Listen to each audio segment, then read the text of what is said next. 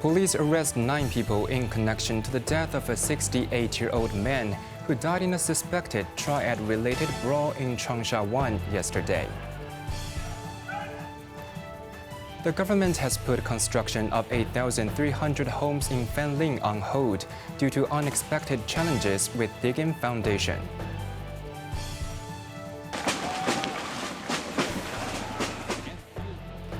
And U.S. President Donald Trump hosts the military's largest parade in decades as protesters rally across the nation against his presidency.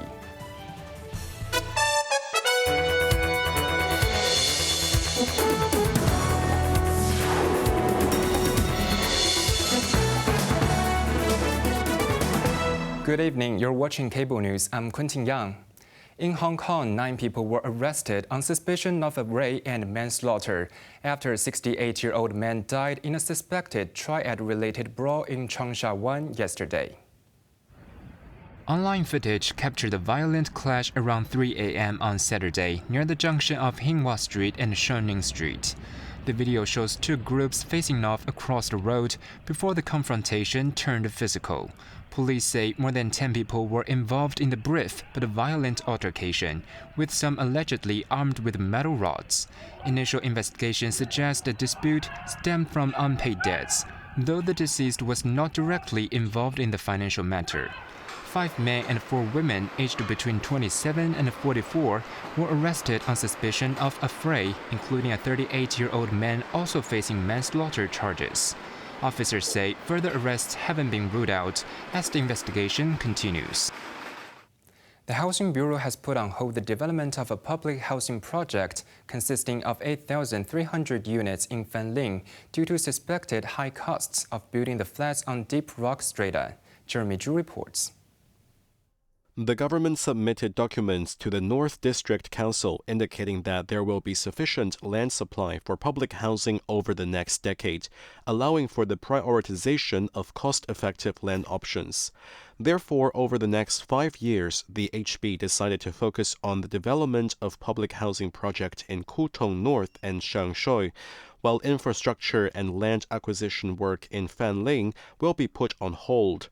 Lawmaker Edward Lau cited the government that the decision was based on geological considerations, noting that the land's deep rock layers would lead to higher foundation costs. He added that this suspension is not related to the government's financial deficit and will not affect the target of 308,000 public housing units for Hong Kongers over the next decade. Jeremy Zhu, Cable News. In the face of mounting global uncertainty and unforeseen circumstances, Financial Secretary Paul Chen highlighted remarkable growth in the city's financial markets, reflecting the strengthening of global investors' confidence. Evelyn Bai reports. Writing on his weekly blog, Chen emphasized a more than 20% surge in the Hang Seng Index so far this year, with an average daily trading volume reaching $242 billion as of May.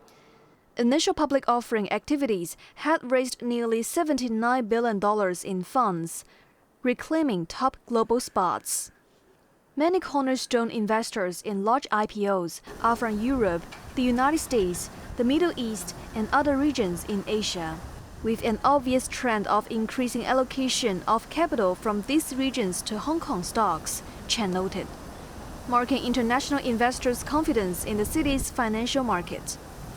The city also saw gains in the assets and wealth management sector, with the number of registered funds reaching 976, drawing over $44 billion in net inflow, a growth of 285%. Chen believes that within 2 to 3 years, Hong Kong will become the world's largest cross-border wealth management center. Since announcing the first policy statement on the development of virtual assets in Hong Kong in 2022, Chen said 10 virtual asset trading platforms have been licensed, with another 8 platforms undergoing the application process. To keep up with trends, Chen previewed that a second policy statement will soon be released, outlining the next steps and vision. The financial chief stressed that Hong Kong must seize the opportunity to continuously strengthen its competitiveness on all fronts and improve its business environment, hoping positive comments about the city to come thick and fast. Evelyn Bai, Cable News.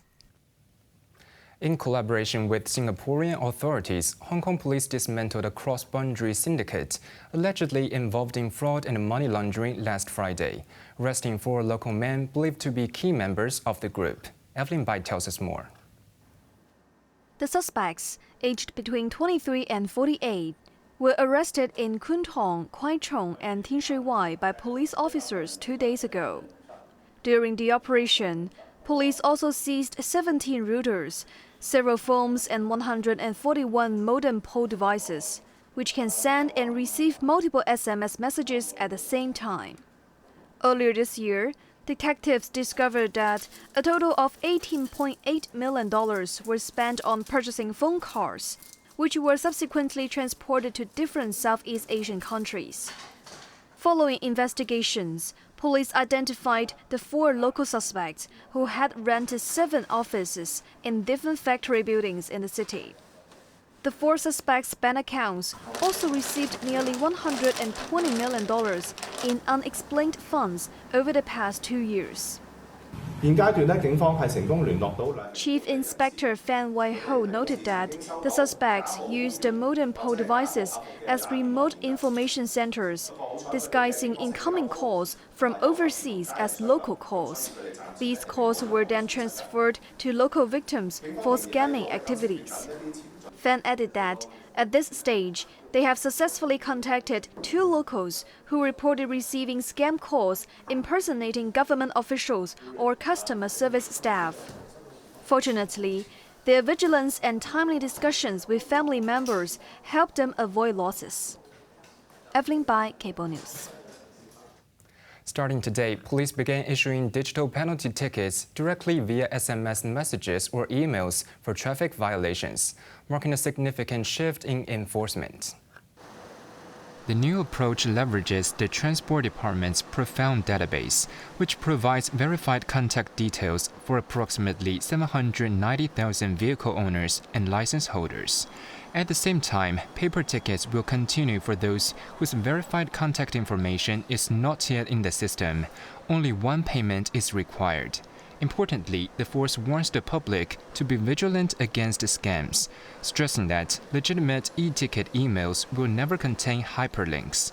To facilitate easy electronic payment, police have also introduced a dedicated mobile app and website for handling EPTs. Marking Father's Day, many families headed out today to celebrate. However, restaurant businesses were reported down by about 10% compared to last year, citing economic pressures. Jeremy Zhu tells us more. At a Lok Fu restaurant, tables were packed as families gathered to honor their fathers. One young man bought his father new shoes, saying he loves walking but his old pair was worn out. Another customer, celebrating with 3 generations of his family, remarked, "We want to cherish every moment while my father can still walk and eat well." A young dad at another table shared his simple wish, good health for all and for my son to grow up fast. The restaurant manager noted while morning turnover was strong, overall business was down 10% year-on-year. With the economic climate, it's not surprising some are cutting back, he said, adding that the fishing moratorium had driven up seafood costs. Meanwhile, Chief Executive John Lee took to social media to extend Father's Day wishes, reflecting on becoming a grandfather. Acknowledging his busy schedule over the past 3 years, he thanked his family for their understanding, praising all fathers as the bedrock of their families. He concluded by wishing every father and father-to-be a joyful day with their loved ones. Jeremy Zhu, Cable News. The United States has held its first military parade in 34 years, marking the 250th anniversary of the U.S. Army. The event in Washington, D.C. showcased both historic and modern weaponry, with President Donald Trump celebrating his 79th birthday, praising the military's legacy of victory and sacrifice. Jeremy Zhu reports.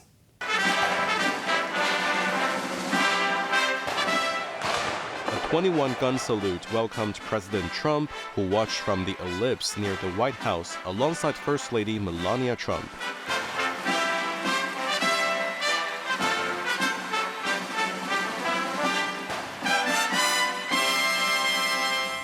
And Vice President J.D. Vance.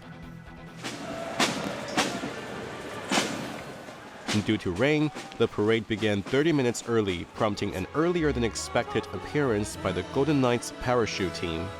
The procession traced the Army's history from the Revolutionary War to the Gulf War, with reenactors in period uniforms and vintage vehicles. A World War I-era truck led soldiers dressed as the 42nd Division, while World War II aircraft, including a P-51 Mustang and B-25 bomber, flew overhead, drawing repeated salutes from the president. A total of 150 vehicles took part, ranging from the Sherman tank to modern M1 Abrams, M777 howitzers, and drones. The 10th Mountain Division, deployed over 20 times in Iraq and Afghanistan, also marched. Future battlefield technology was also showcased, including robotic dogs. The parade, estimated to cost up to $45 million, featured thousands of troops and drew crowds of around 200,000.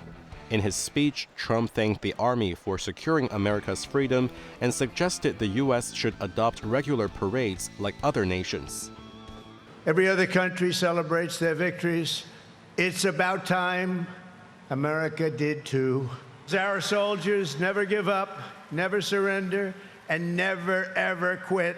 They fight, fight, fight, and they win, win, win.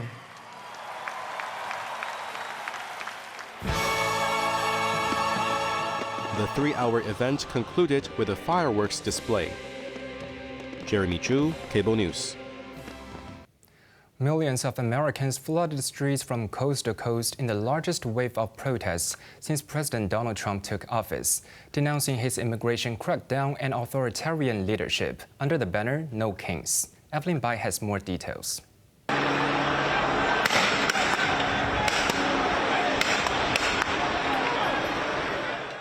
The demonstrations, deliberately timed to counter Trump's lavish military parade, saw crowds in over 2,000 locations across all 50 states, as well as the capital, Washington, D.C.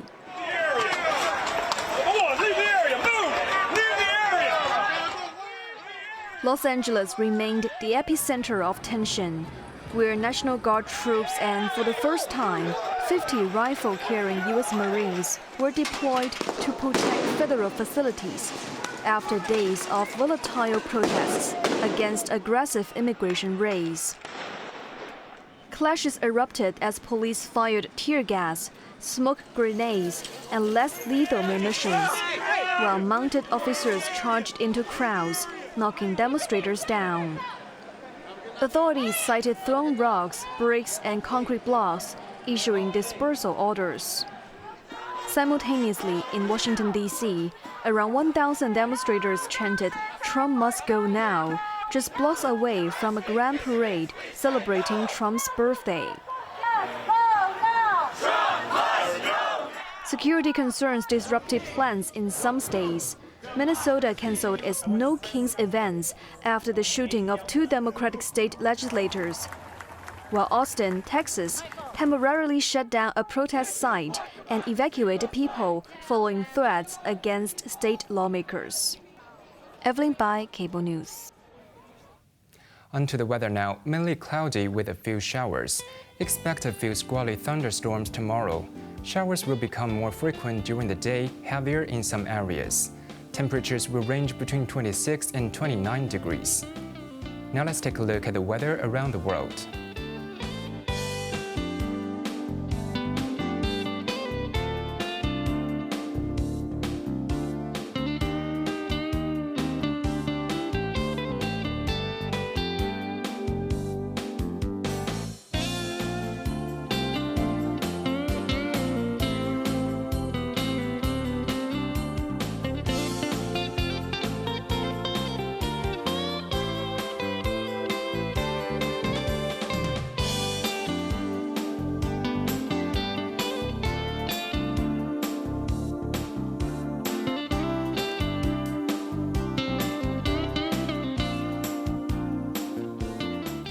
that's your news tonight. I'm Quentin Yang. Thank you for watching. Good night.